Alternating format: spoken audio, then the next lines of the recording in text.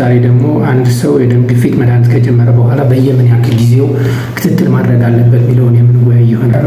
ሰላም፣ ዶክተር ጌትነት እባላለሁ ከላይን ባዮ ስፔሻሊቲ ክሊኒክ።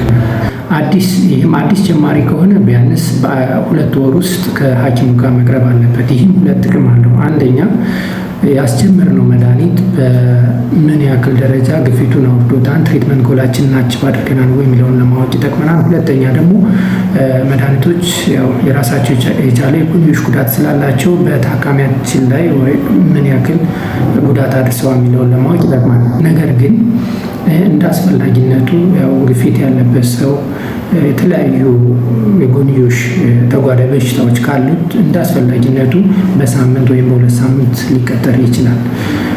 ነገር ግን አንድ ግፊት ያለበት ሰው መድኃኒቱን እየወሰደ ትሪትመንት ጎላችንን አቺቭ ካደረግን በኋላ ቢያንስ ከ3 ወር እስከ 6 ወር በኋላ ከ3 እስከ 6 ወር ባለው ክትትል ቢያደርግ ተመረጠ ይሆናል። ስለዚህ ከግፊት ጋር ተያይዞ ማንኛውም ጥያቄ ካላችሁ በአካል በመምጣት በክሊኒካችን በላይን ባዮ ስፔሻሊቲ ክሊኒክ በመገኘት አሊያም ደግሞ ከታች በምናስቀምጠው ስልክ ቁጥር በመደወል ማማከር የሚችሉ መሆኑን በታላቅ ደስታ እንገልጻለን።